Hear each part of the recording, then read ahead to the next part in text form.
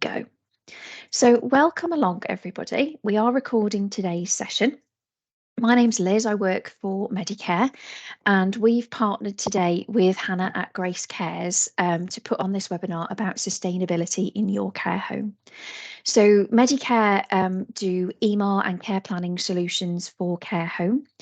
And we basically help you to record every life cycle stage of care.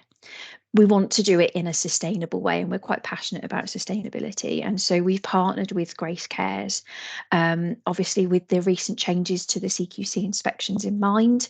There's now a nice big section around sustainability, and we're thinking that this webinar can help give you some pointers about how you can best address that with the regulator and meet those requirements. So I'm going to hand over now to Hannah at Grace Cares. If you do have any questions as we go through, feel free to type them in the chat. We'll try and get to them at the end of the session if we can. If we can't, then we do promise that we will come back to you and we'll be able to answer those questions after the session, and we will make the recording available afterwards as well. So Hannah, over to you. Wicked. Thank you very much. So hello everybody, thanks for taking time out and being here today. As Liz alluded to, so the CQC have recently now said that as of next year, the sustainability element of the framework is going to be implementable, if that is a word, for the NHS side of things, and we won't be seeing it hit us until 2025. That's what they've recently said. Who knows? Things change all of the time. But bearing that in mind, if we can start implementing things this year and getting kind of processes in place, we're onto a winner. So what if we can all achieve just one actionable thing from the back of this webinar? That is my aim and outcome for everybody here. So hopefully you'll learn at least one thing. Medicare have put together a top 10 tips cheat sheet for you to take away as well. So there's definitely going to be advice for you to be able to take away.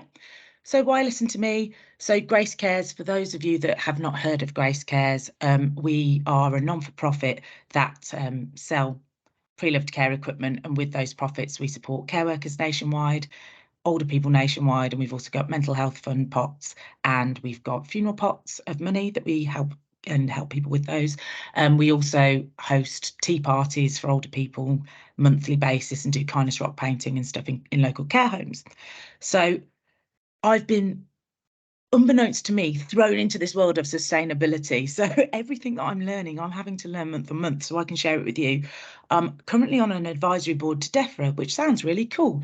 I've said to them, I don't know everything, but I'm on there trying to voice what social care thinks and put our opinions across. So it'd be great to kind of have a working group of everybody going forward, but I'll come to that later. I'm also a carbon literate citizen. This is a really good framework. If you guys make notes, that would be something that I would take away from here. Carbon Literate Citizen Programme, your local authorities are probably funding that at the moment. And if several of your higher level managers become carbon literate citizens, you can go forward and become a carbon literate company and work your way through that cycle. I found that one to be a really good and worthwhile one doing.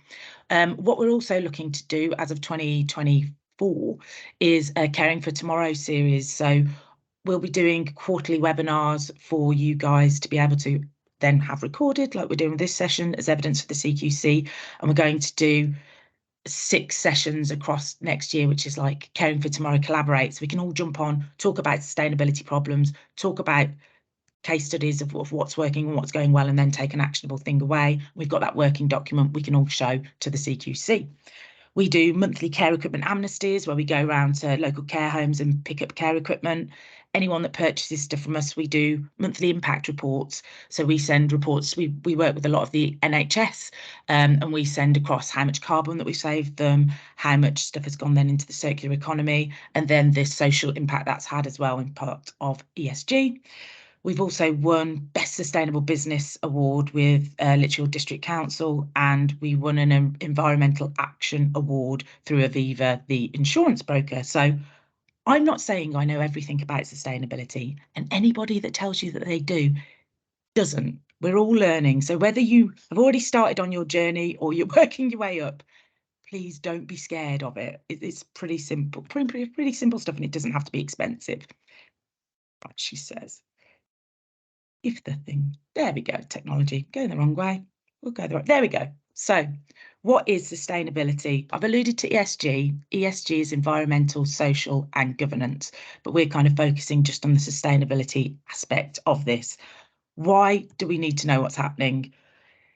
Money talks, which will be probably most of the premise of what I'm saying all of today, but the government have driven that we need to be net zero by 2050. So the NHS have already got quite a net zero strategy, and we're probably a little bit behind on that, but we can catch up quite quickly. But the government have forecast that damage is going to change. What's it going to cost? Here we go. The UK economy, 20 billion by 2050. So it's going to cost money. So we're going to have to do some changes. But where do you even start? Where do you even start? So let's go across here. So what are the responsibilities at the moment? As Liz alluded to, the CQC have put this up on kind of the well-led key question in terms of sustainability. It is coming. But larger companies and NLPs are already having to do stuff when it comes to sustainability. So maybe that's a good place for us to be able to start. Some larger companies are already having to do company strategic reporting and put sustainability information in that. Maybe look at how they're reporting, and that can be the basis for how you can approach this. They're having to streamline energy and do carbon reporting. Why not see what systems they're using and then take it from them? Accounting standards as well, they've also got to consider climate related matters. We all have to comply to the Companies Act and the Climate Change Act. One thing that maybe you could start on, I'm sure, and there's probably a lot of nodding, that you've all got an environmental action kind of policy act on how you hit that environmental law. Maybe look at that and make that into more of a actionable policy and action plan, and that could be a way for you to start, I would say. So what benefits are there to actually embracing sustainability? Everyone's like, oh gosh, it's going to cost us lots of money. I'm going to go through in a minute some quick wins in which you can implement relatively quickly, but there are loads of benefits in terms of reduction of waste, low operational costs, and all of the things on the screen. What I'm also finding when I'm talking to care providers, whether that be dom care, to be honest, or care home providers, is everyone says it, we are finding it really hard to get good staff. We're also finding that staff now, the younger generation, are actually asking, what are your sustainable practices? What are you doing? They seem to have more of a passion for it in what I'm finding. Maybe add it into some kind of your recruitment processes if people care about that, if that matters. But if you're showing that you are sustainably conscious, both with employees, how they're getting to work and stuff like that, talking about that with the relatives and the people that you're looking after, that could make you become more attractive to others in terms of the employability, or even actually relatives and family members wanting the person requiring the care to come and use your care services. So it's good stuff, and actually I think it's the right thing to do, right? But I won't get preachy. We're on a webinar. But there are loads of benefits to it. It also lowers operational costs, which can't be a bad thing. So you're going, oh, I don't know where to start. So if you start now, this is how I would start it. If you haven't got your environmental plan, you haven't got anything else, you just start with a net zero plan. So I'll show you, there's a bigger R list that the NHS go towards, but I focus on these 5 R's, which are recycle, reuse, refuse, repair and reduce. So anything that we do at Grace Cares, we try to look at this. So have a look at everything in this list. So you've got environmental compliance. What are you doing about that now? Write down everything and then put, oh, well, do we recycle with that? Do we refuse with that? And go through the 5 R's. So you put environmental compliance, everything that you do, and then see what level of R's you're hitting alongside that. Then do that with waste reduction and recycling. You've got energy conservation, and it's really hard. You're going to be hit by the what is it, the, you know, in the homes, and it's the energy efficient rating. The word completely eludes me, but you're going to be hit by that anyway soon. So it's making sure that you're as energy efficient as possible. Even sustainable transport. Do you have pool cars, or your vans that are taking people to and from activities? Maybe how are those set up? Are you hybrid? Are you offsetting your carbon, even as much as doing your carbon calculations? Because how do you know where you are now? you've got to start somewhere. So I would also, I've got a couple of links that I'll be sending out after this. Let's get your baseline of what you're doing now, then do this plan, and then you'll know each month if you're achieving something. But I've got loads of different stuff. Hang on, benefits. Let me go on up here. Got quite a few. So energy consumption, review your current consumption. There's retrofit options. So there's kind of technologies and sensors out there. I'm sure quite a lot of you will have when you walk into a room, the light comes on when you walk off. Well, that's already something that you can reference that you're doing within your kind of sustainability plans. Maybe I know that older people like a warm place to be, but even if you were to maybe look at reducing the temperature on the boiler by a degree at certain times, that compound effect could have a huge difference. Just fitting timers on radiators. You've got energy efficient technologies. So maybe the boilers that you've got at the moment are quite old and archaic. Look at upgrading and having a more energy efficient option and having just a report of everything that you've got, how energy efficient it is, and what cycle you're going to do to make that more energy efficient. That could be something that you're doing. As I've already alluded to, money talks, green procurement, just refuse things. So if what I would suggest is to go to all of your suppliers now and ask them for their sustainability or ESG policies. One, it's a good starting point for you, isn't it? If you don't know where to start, ask your suppliers where they've started. They can send it to you and you can collate all of the yummy ideas that they've already got. What I'd also suggest is if you do that annually, because they may have updated theirs, it shows one, that you are doing a regular audit on your kind of green procurement side of things. You'll get new suppliers come on board regularly. But also you might find some really yummy tidbits that you can take from everybody else's policies. We've got to be sharing, as I've already said, not everyone knows everything on this. It's all about compound effect and being seen to be continually improving. Minimising your waste. We use scrap paper for all of our notes. We try and do stuff digitally. We send out invoices when we have to send them out with plantable paper. But what could you repurpose? Half of it is about educating staff. So there's some really cool resources out there. There's a company called WRAP that are working with DEFRA on doing this recycling side of things. And it isn't available yet, but I'll send you out the links as soon as it is. And it's kind of a step-by-step website guide of a guide to recycling. So you can put what sector you're in, you can put what bins you're using, and it can kind of help you calculate what carbon you're using now, how you can make things better. They even give you packs of resources on, you know, maybe you want to be putting different waste into different bins, which is coming anyway, so we might as well start on it now. They've got all of the posters that you can just print off that with the Recycle Now logo on, which is kind of the brand that you should be looking at that gives you tons of free advice. It's kind of government stuff. So Recycle Now, that's a good note to put down. Look into all the packs that they've got. But if you've got signals by the bin, it's going to help people understand just before they put it in. Inevitably, you go to a paper bin and you see that somebody's put something wrong in it. And I think it's just highlighting the good things that have gone and not persecuting the bad things. So maybe even making it into staff, you know, staff idea, staff competition, staff rewards.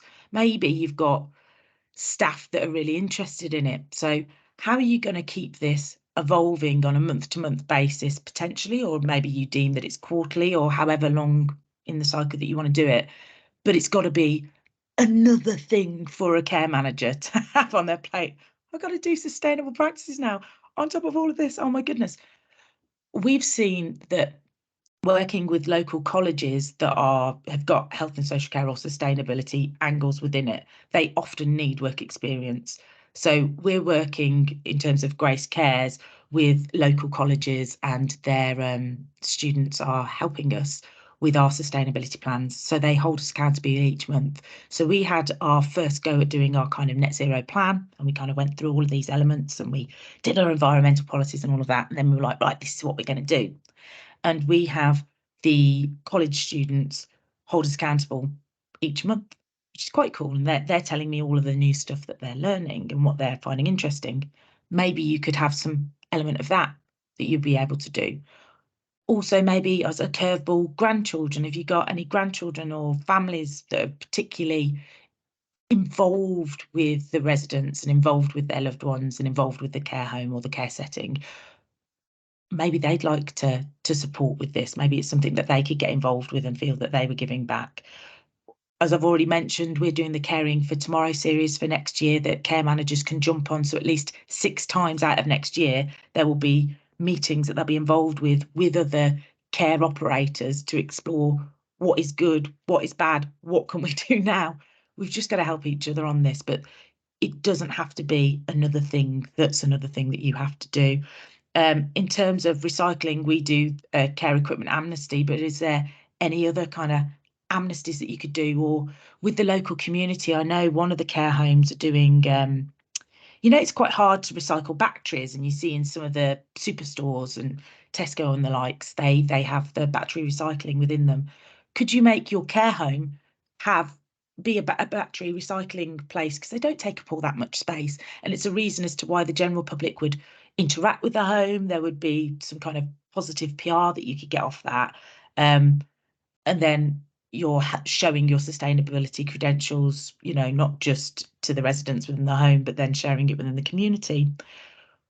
With composting, that's going to be a big thing that's coming in terms of segregating waste. So that's something that's coming in. So maybe looking at that, could that be part of what your activity coordinators are involved with? We do kindness rock painting. We go into care homes, and it's quite a nice thing because we do it with the residents, then they hide them within the community, and often it's children that find them, and then they post a picture on the Facebook pages of the care home, and it's a nice interaction way.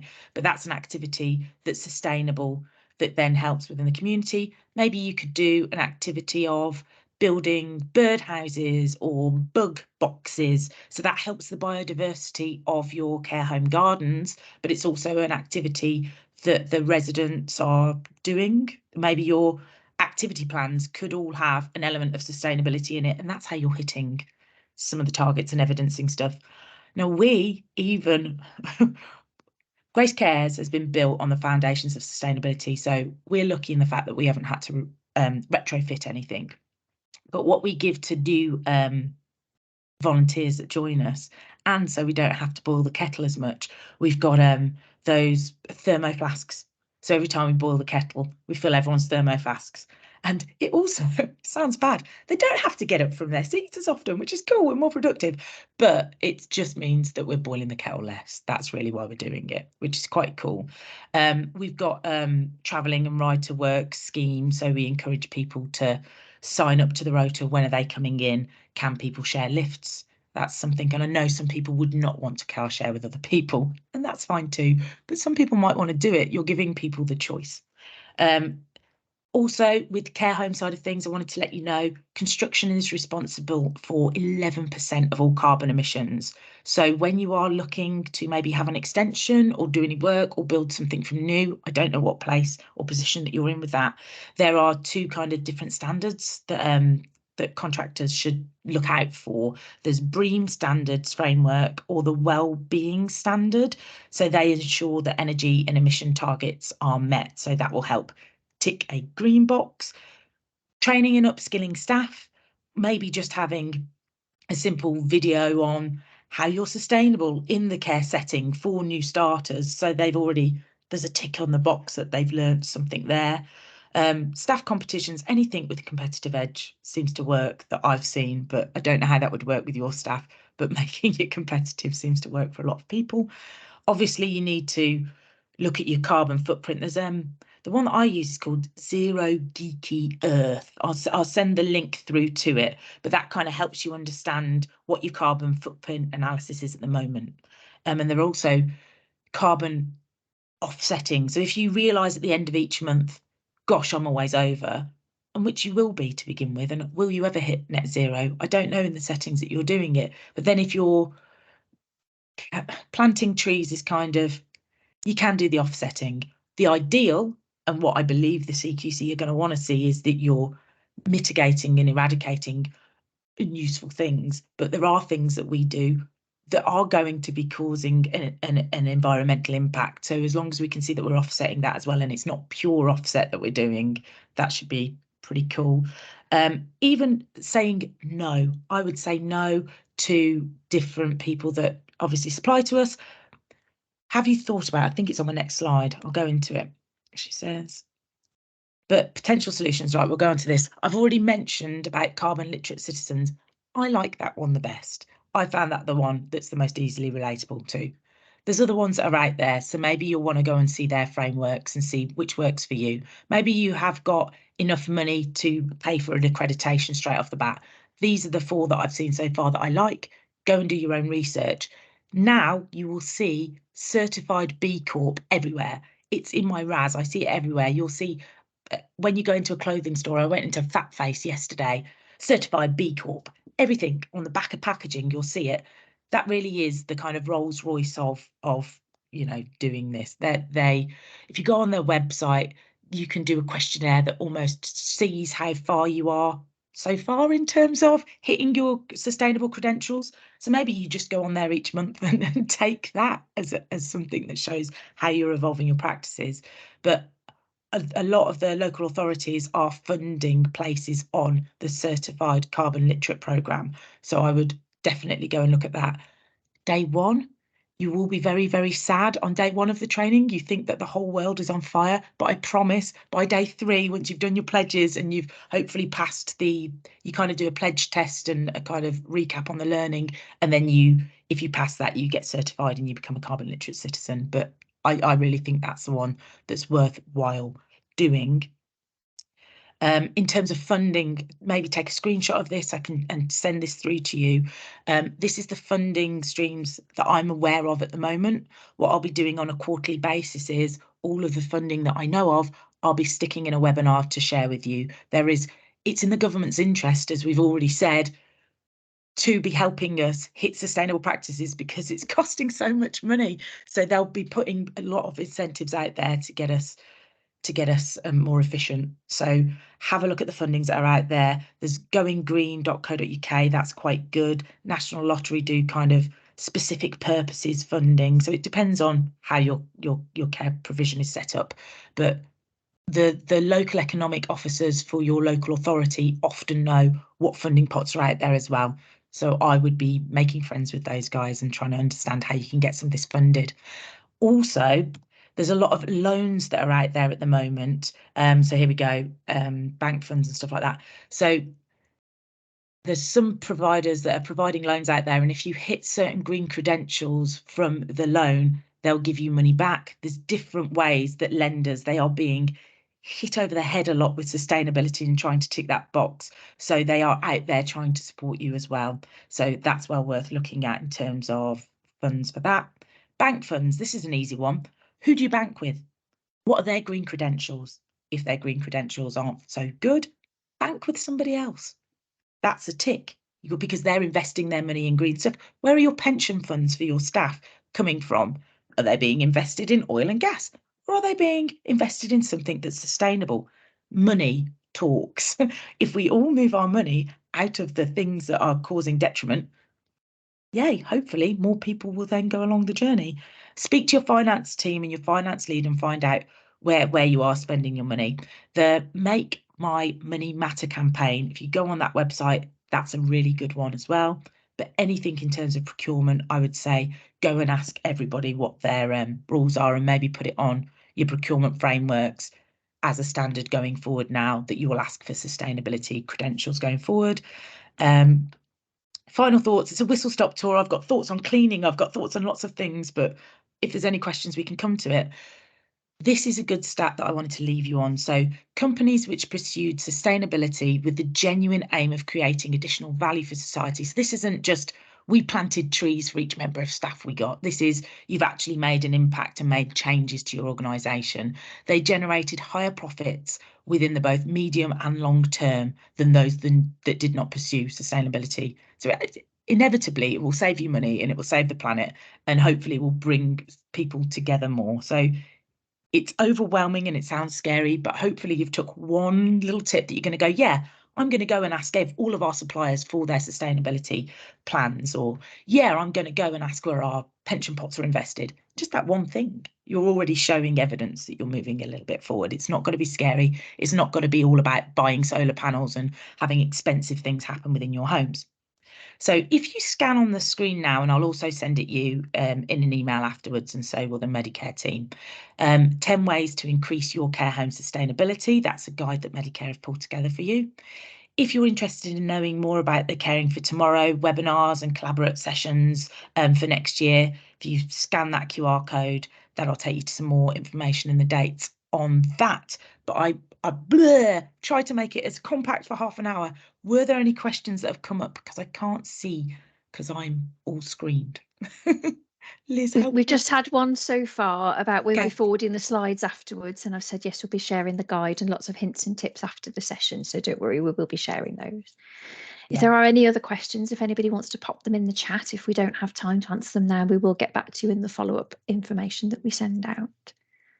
Oh, wow. 9:57. I thought I was going to go over. Maybe I could ramble on about cleaning practices and stuff, but I won't. I won't. There's loads of information out there, and it may make your head explode. Just take one thing. We'll collate all of this and send it through to you. And any questions afterwards that you've got, send through to Liz, through to myself, and even if we don't know the answers, we'll find them for you. Wicked. Lovely. I think we're pretty much done now there. So if there are any questions, feel free to pop them in the chat. We will come back to you. I hope you've enjoyed that. Certainly lots of things for us to think about there and take away lots of top tips. So Hannah, thank you ever so much for doing that for us today. No worries. We will be in touch. Do scan those QR codes and we will be sending those out as well. And then hopefully we've started you on your sustainability journey today. So thank you ever so much, everybody, for joining us. And we'll be in touch and hopefully speak with you all soon. Cheers, Liz. Thanks for all your help. See you, Thanks. everybody. Bye. Bye.